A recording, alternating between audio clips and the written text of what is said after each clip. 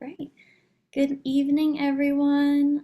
Whether you're joining us on Zoom via the webinar feature or on Facebook Live, we appreciate you all coming so much and welcome to our Portuguese American Artists Gallery Meet the Artist Talk, brought to you by the Embassy of Portugal in Washington, D.C., Palcus, and the Chamber of Commerce.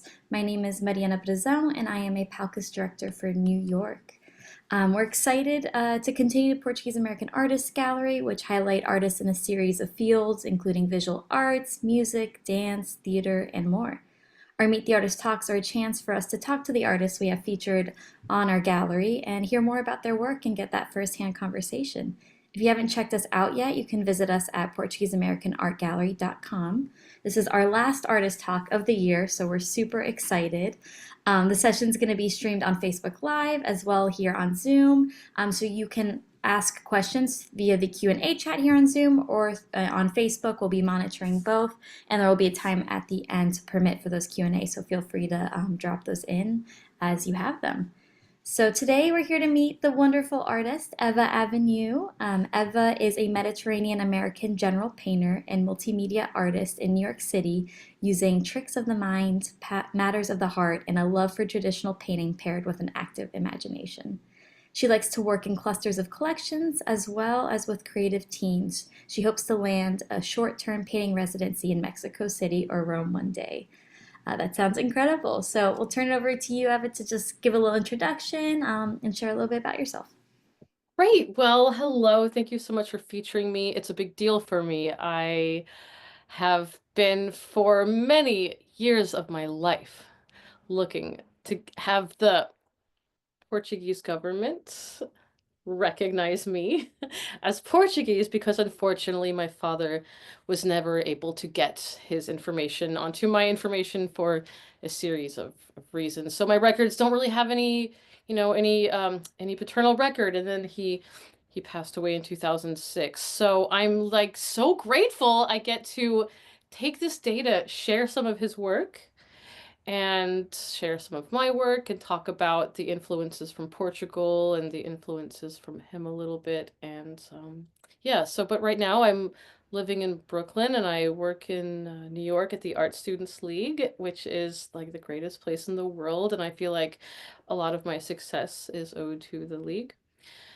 For giving me direction and like so much knowledge and like opportunities. And it's just been a very interesting place so far. So, yeah. And so I've just really been trying to take advantage of everything that's offered here. Like it's a great place to be a visual artist and yeah, I'm looking at a painting right now with Portuguese tones I want to talk about. I'm thinking about this behind I want to tell you about. So, I Cool. mean, like, do you want to like, yeah, should I? Yeah, I'm Oh, curious first. I know we've chatted. I know there's a lot of artistic influence in your family and your upbringing. So I think to situate us first, I'd love to hear about how did it get started for you? I know at an early age you were surrounded by the arts, but what was that trajectory like? Like realizing you really had a passion for this and just kind of your evolution into the incredible artist that you are today. thanks. Well, so I'm realizing I think right now, like the question, it's yeah, I've always been like, I don't know when I like started, but I think the reality was the painting supplies were always there.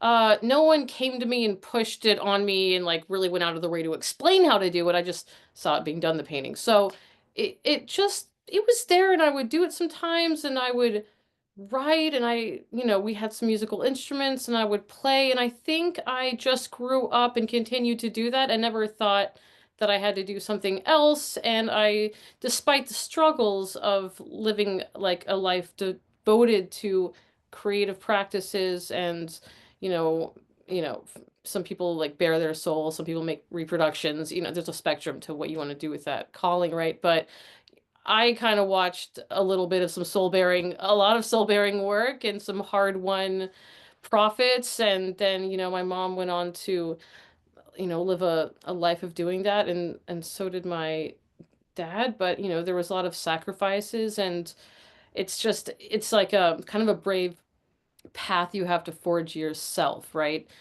But I don't think I understood the challenges at that time when I just continued to do that, and I just never really stopped. And so my whole life I've just really kept doing the art practice, and that's just all I've done really. And like I've had restaurant jobs and those were just in the way, and I'm like, why do I have to do this? Like this just get someone else, you know.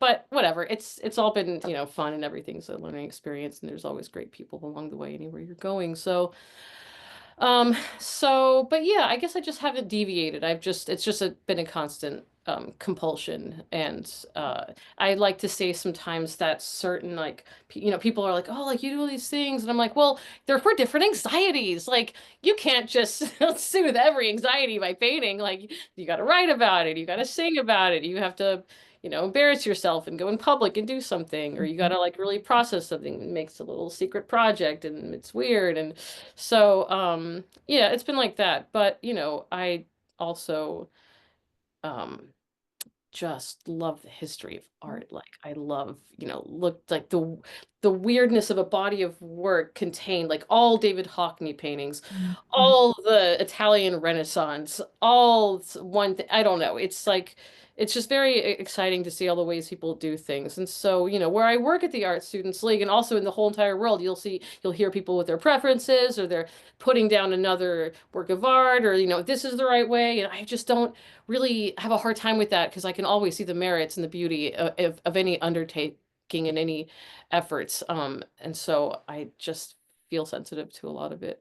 I love I kind of the way you put it. I feel it's like that like multiplicity of expression. You know, there's so many different ways and like channels and mediums and verse. So I think even looking at all your collections too, you just see that incredible range. So I'd love to talk about some of the paintings you have behind you, yeah. and talk through them so we can hear some about some inspiration, techniques. Sure. Yeah, I'd love to tell you about this one actually in the back. So I moved to New Mexico in 2005.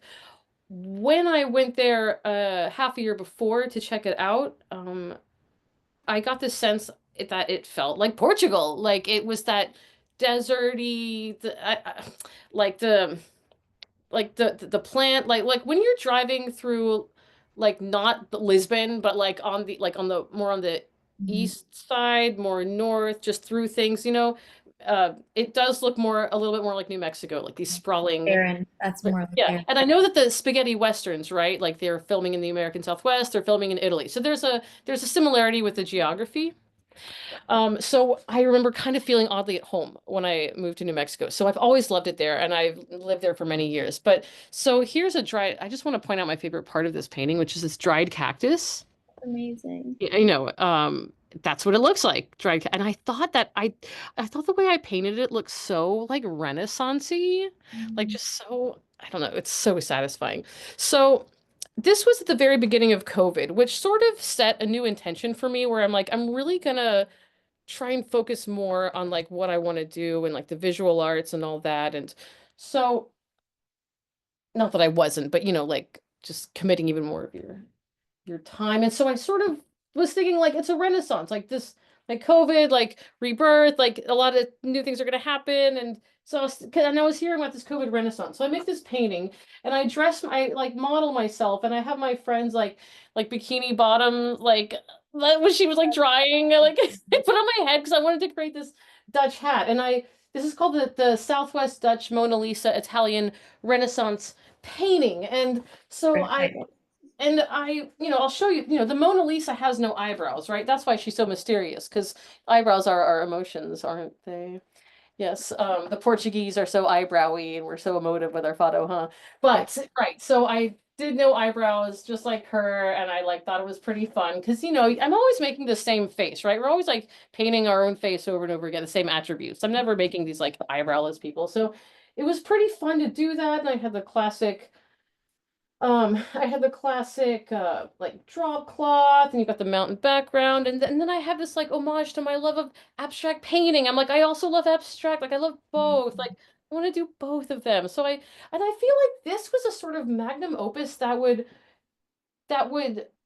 be responsible for what would happen the next maybe Mm. 5+ years of my life. Like I Oh, sort of embodied all of this. Like I really went on to master a lot of, you know, classical things, right? So anyway, but yeah, so there you have it. That's the South. West, Dutch, Mona Lisa, Italian Renaissance painting, and that basically sums up all my goals in life. So if you don't mind, I would like to just very quickly show you, jump ahead a few years and show you something I've been working on, which has already been sold to somebody in Philadelphia who wants it, a good friend of mine. But so when I was a kid, I was in Carvoeiro, Praia do Carvoeiro, with my mom and dad, and so we were right on a cliff, like with the water down there, right? And but we had this beautiful beach. So in my mind, I created the beach and I created the water, but I added this like jungle thing. I grew up Mhm. in Florida, like lived there a long time, and I just anyway, just a few different things that influenced it, but I really wanted to capture like my love of the tile. I'm like so obsessed with It's tile. stunning. So It's stunning. the original idea was like, oh, make the sea tile and make the sky tile and but then I was like, oh, that's like a lot. So I think we can appreciate it more if it's just some well-placed tile on the ground. But yeah, I just love to process the world around me through paintings. And sometimes they are pretty great, and once in a while they're dumb, but that's okay. I just paint over them and make something It's a new. process. It's a process. Yeah. So it seems like your Portuguese heritage and your lived experience in Portugal really is seen throughout your work and really influences a lot. Is that Yeah, correct? that's true. Yeah, the more I talk about it, the more I can like even reveal that to myself because I'm not always, aware of all these little things. But yeah, the sense of beauty that I grew up with is unmatched, Mm. except in New Mexico. Yeah. Oh my God. Those are your two places. However, they don't have those cliffs with the water. So I grew up with just such like majestic beauty around me that I had such a culture shock when I moved here because I moved to this like suburban neighborhood in Florida where you like can't do anything and it's like the lawns are mowed and it's like I mean it was like shocking. And It how was like old were you at the time? almost 8. I'm sorry, yeah. Yeah. So so yeah. So I always have this little like magical North Star in my head where I'm like I tend toward like a utopian sort of ideal that maybe isn't realistic, Yeah. but I just Your like North Star, to carry yeah. that. Yeah, I That's like to great. carry that with me. And your dad is of Portuguese heritage and was a huge kind of figure in your life and also an artist. So I'd love to hear more. Right. Well, I my time with him was cut short because I came to the States. It didn't work out. And I so of course there's going to be this bit of mystery ingrained that maybe is amplified by his absence, right? Like maybe I would have had a different sort of nurturing if, we had grown up together more. So yeah, there's like the very real part of him where I remember the artist and then there's like, the sort of imagined part, but I went to visit my sister, who I'll tell you about that later, what my sister does and the thing I'm gonna do. But I went to visit her in Lisboa recently for my birthday, and she gave me a few of my dad's unfinished pieces, and she wanted me to finish them, and I was like, Hmm. "When Wow, can what I a do that?" Like, but so I'm just gonna show you, like, well, first to start, I'm gonna show you this tiny little thing he did. He would actually make like really big paintings and he would sell them to tourists and like local people loved them, but he would do these big, beautiful like the side of a building and the moon and the water and the plants and he just very much that, right? So here's though a piece just a little drawing he did of O Novo Alentejo, so he was living out there a little bit. But I'll show you, not because of him, just on my own. I do things like that too. I just do moon on water. And beautiful. it was nice when I got like a stack of these like prints and drawings of his where I was like, but I knew he did that. So like it's a little bit influenced there, but I also remember how beautiful it was. But look at that. So this architectural piece, I feel like this is like a visual sketch for him, right? So his name was Samuel Oliveira, and he was born in Angola, but the whole family was from Portugal, right? So they just had like there's the Portuguese connection out there in Mozambique and Angola, and he did military service in Mozambique, but he he was given, I guess, property when he came back to Portugal. Oh wow. Yeah, the color work too. And It what is. medium is this? Is this I watercolor? think this is oil. Oh, okay. Wow. Yeah. I think it's oil paint. Yeah. Oh yeah, I So can. yeah, and a lot of just this curly light underneath the moon Yep. Mm-hmm. thing. Again, these are like really small little sketches. He really often was more doing these like very large, more detailed pieces, but it's just fun to have, right? It's like I don't have very much of him here, so having these paintings, it's like kind of sacred for me. So that's why I don't want to touch them yet. So Yeah, I do. That's a really interesting idea about like you finishing, but maybe just that continuation of maybe it's like just inspiring a new branch. It's just so fascinating. So let me jump forward like a bunch of years and tell you, since 2003, when I saw him at this house in Carveiro, I went back and the house is like falling apart. It's little. He's like passed away. Nothing's happened to it. And I go in and I like got onto the property and I found this gourd, which is so delicate, which I believe he cut and dried. And I put it in a painting back in 2003. Anyway, I like got it out of there. I got it to the States in one piece. And then, please tell me I have it here. I hope I have it. Yeah. So this gourd has traveled and has been there all these years.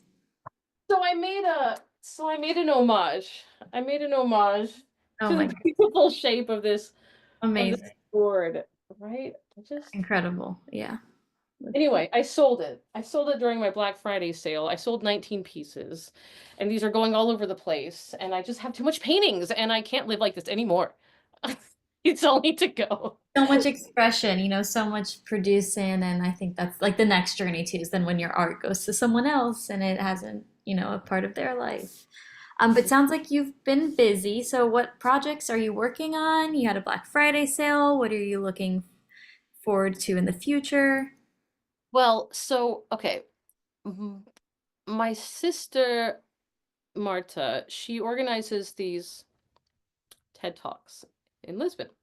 And so March 15th at Culture Jest in I don't forget where. I don't, is that downtown Lisbon? I'm not sure where that is. Apparently it's a big, beautiful, important building like the MoMA, but like better. They have more eclectic programming. I looked it up. It's got these like, it goes like this. It has these like weird column baleen whale looking things. It looks very interesting. So she has a 18 speaker series happening that day, and we were talking and I was telling her about this talk I'm doing with you coming up and how, this I had this thing at the embassy, and I said how I would like to go visit her during the winter, and she's like, "Well, do you want to come be like the featured artist and do a some sort of like art thing with this 2 1-hour breaks during the day?"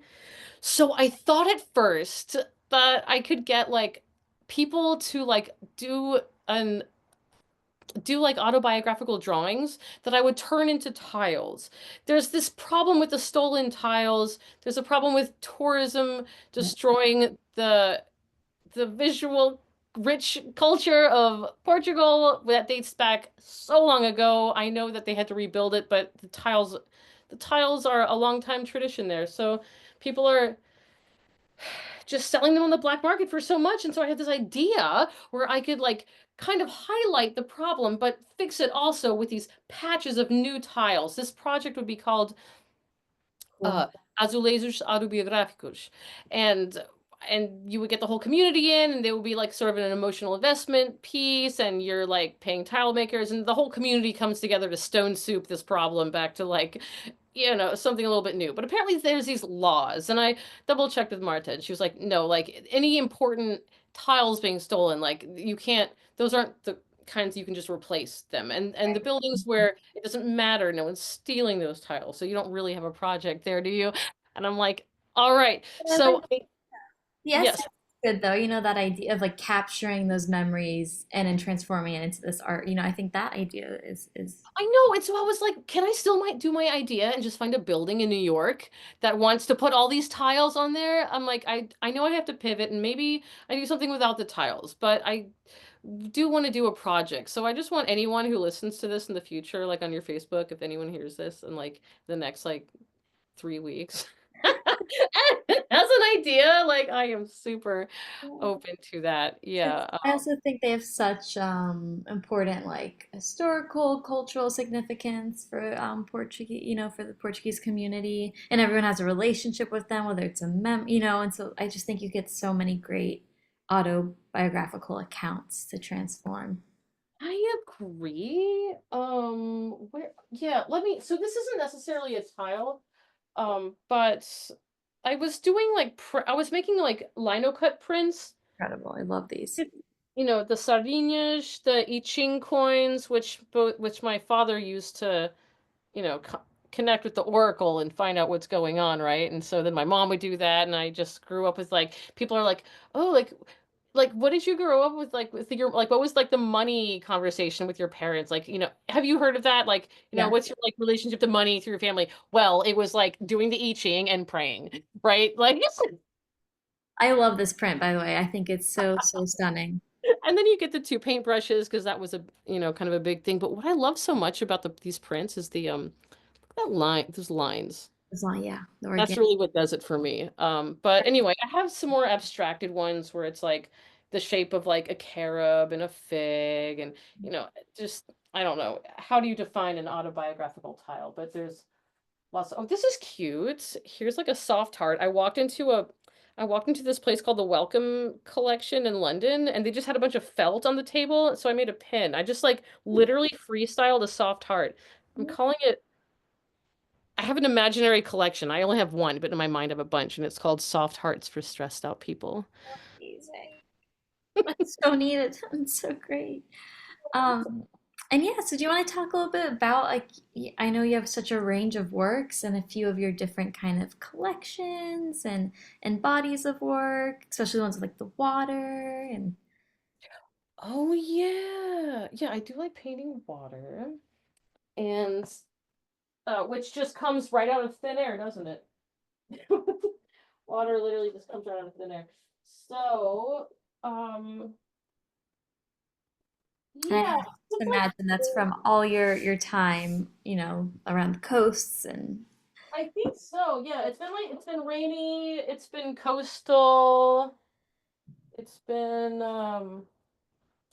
let's see. So I know I'm not supposed to like spend time off camera so much, probably, it's okay. It's totally okay. but maybe I don't. Oh, there it is. Yeah.